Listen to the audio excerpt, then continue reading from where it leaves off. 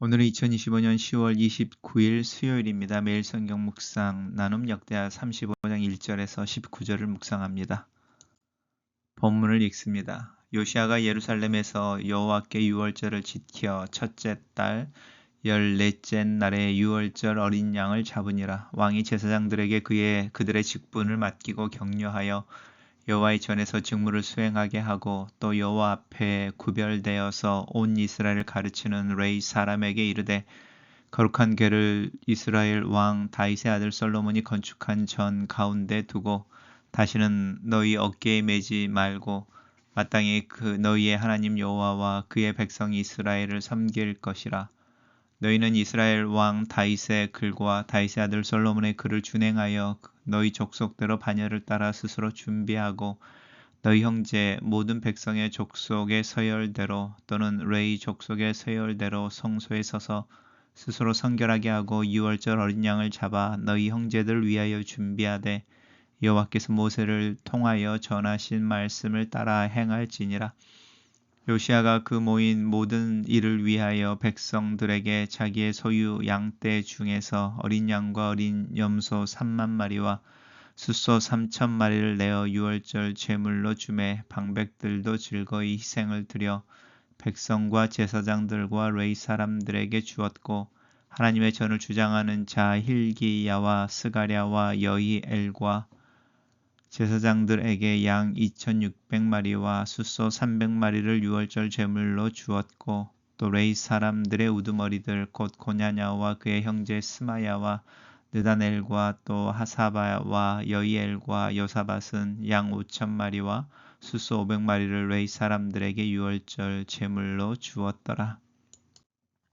이와 같이 섬길 일이 구비됨에 왕이 명령을 내려 제사장들은 그들의 처소에 서고 레위 사람들은 그들의 반열대로 서고 유월절 양을 잡으니 제사장들은 그들의 손에서 피를 받아 뿌리고 또 레위 사람들은 잡은 짐승의 가죽을 벗기고 그 번제물을 옮겨 족속의 서열대로 모든 백성에게 나누어 모세의 책에 기록된 대로 여호와께 드리게 하고 소도 그와 같이 하고 이에 규례대로 유월절 양을 불에 굽고 그 나머지 속물은 솥과 가마와 냄비에 삶아 모든 백성들에게 속히 분배하고 그 후에 자기와 제사장들을 위하여 준비하니 이는 아론의 자손 제사장들이 번제와 기름을 저녁까지 드림으로 레위 사람들이 자기와 아론 자손 제사장들을 위하여 준비함이더라. 아삽의 자손 노래하는 자들은 다윗과 아삽과 헤만과 왕의 선견자 여두둔이 명령한 대로 자기 처소에 있고 문지기들은 각 문에 있고 그 직무에서 떠날 것이 없었으니 이는 그의 형제 레위 사람들이 그들을 위하여 준비하였음이더라. 이와 같이 당일에 여호와를 섬길 일이 다 준비되매 요시아의 왕의 명령대로 유월절을 지키며 번제를 여호와의 제단에 드렸으며 그때 모인 이스라엘 자손은 유월절을 지키고 이어서 무교절을 7일 동안 지켰으니 선지자 사무엘 이후로 이스라엘 가운데서 유월절을 이같이 지키지 못하였고 이스라엘의 모든 왕들도 요시아가 제사장들과 레위 사람들과 모인 온 유다와 이스라엘 무리와 예루살렘 주민과 함께 지킨 것처럼 유월절을 지키지 못하였더라.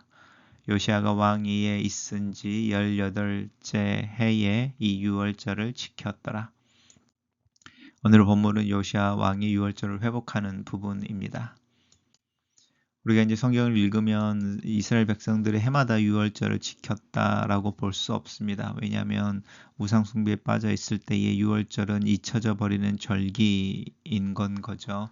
그리고 종교개혁이 일어나면 항상 이 유월절과 성전이 정결케 되어지는 일이 일어납니다. 요시아가 예루살렘에서 여호와께 유월절을 지켰다라고 하는 부분인데 유월절은 첫째 달 음력으로요. 유대인들은 음력을 쓰는데 음력 첫째 달 1월 14째 날 저녁에 유월절 어린 양을 잡고 15째 날부터 7일 동안 무교절이라고 하는 거죠. 왕의 제사장들이 그들에게 직분을 맡기고 이제 왕의 직분을 맡기고 여호와 전에서 직무를 수행하게 하고 또 레위 사람들에게 이야기를 하면서 거룩한 궤를 다윗의 아들 솔로몬이 건축한 전 가운데 두고 이렇게 말하는 것은 벌써 솔로몬 시절 이후로 또 솔로몬이 지은 성전의 지성소에 있던 법궤가 어쩌면 다른 곳에 있을 수도 있었겠다. 이제 이런 부분들 알 수 있죠. 너희는 어깨를 매지 말고 더 이상이죠. 어깨에 매지 말고 여호와의 하나님 여호와와 이스라엘 백성들을 섬길 것이라. 여호와의 전에 도라라고 하는 부분입니다. 그래서 법궤를 다시 지성소에 두고 또 이 다윗과 솔로몬의 글에 준행하여 이제 레위 사람들의 반열을 따라 서로 준비하고 성소에 서서 성결하게 한 다음에 유월절 어린 양을 잡아서 이제 내 형제들 준비하되 여호와께서 모세를 통하여 하신 말씀을 따라 행할지니라. 율법의 율례를 따라서 유월절을 지키게 하는 부분이죠. 또 그 유월절 제물을 위하여 요시아가 먼저 제물을 내어주고 방백들도 즐거이 희생 제물을 내고 또 제사장들과 또 레위 사람들의 지도자들이 유월절 제물을 자발적으로 내어놓습니다. 그리고 그렇게 이제 6월절 섬길 준비가 되었을 때에 14일이겠죠. 6월절 양을 잡습니다. 6월절 양을 잡고 그대로 이제 모세의 책에 기록된 대로 여호와께 드리게 하죠. 그 드릴 때에 순서들이 나오죠. 족속의 서열대로라고 하는 부분입니다. 그리고 이제 이 레위 사람들이 자신들이 있어야 될 위치에 있는데 아삽의 노래하는 자손들 자기 처소에 있고요. 문지기들은 자기 문을 지키고 있고 또 그들이 그 자기네 직분들을 담당할 수 있도록 레위 사람들이 그들을 섬겨주는 거죠. 이와 같이 당일에 여호와를 섬길 일이 다 준비되며 여호와의 명령대로 유월절을 지키며 번제를 여호와의 제단에 드렸고 그때 이 모인 이스라엘 자손들이 유월절을 지키고 그 다음에 이제 무교절을 7일 동안 지켰다.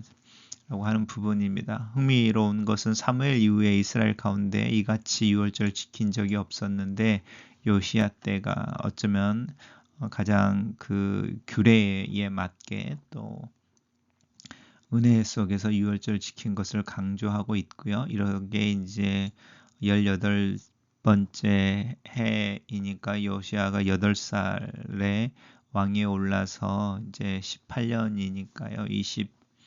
26년이 되던 거죠. 26살에 이렇게 유월절을 지켰습니다. 이 말은 요시아의 왕권이라든지 그의 통치가 또 동일하게 안정되어지는 것, 하나님의 은혜 가운데 있는 것을 암시하기도 합니다. 단락을 요약해 보겠습니다. 요시야 왕은 율법의 규례대로 유월절을 회복하여 지키는데 이렇게 유월절을 지킨 것은 사무엘 이후로 처음 있는 일이었다. 이렇게 정리해 봤습니다. 요시야는 율법의 규례대로 유월절을 회복하여 준수하게 합니다. 유월절은 이스라엘 백성의 출애굽 구속 사건을 기념하는 것으로 하나님의 백성이 대대로 지켜야 할 여호와의 절기였습니다.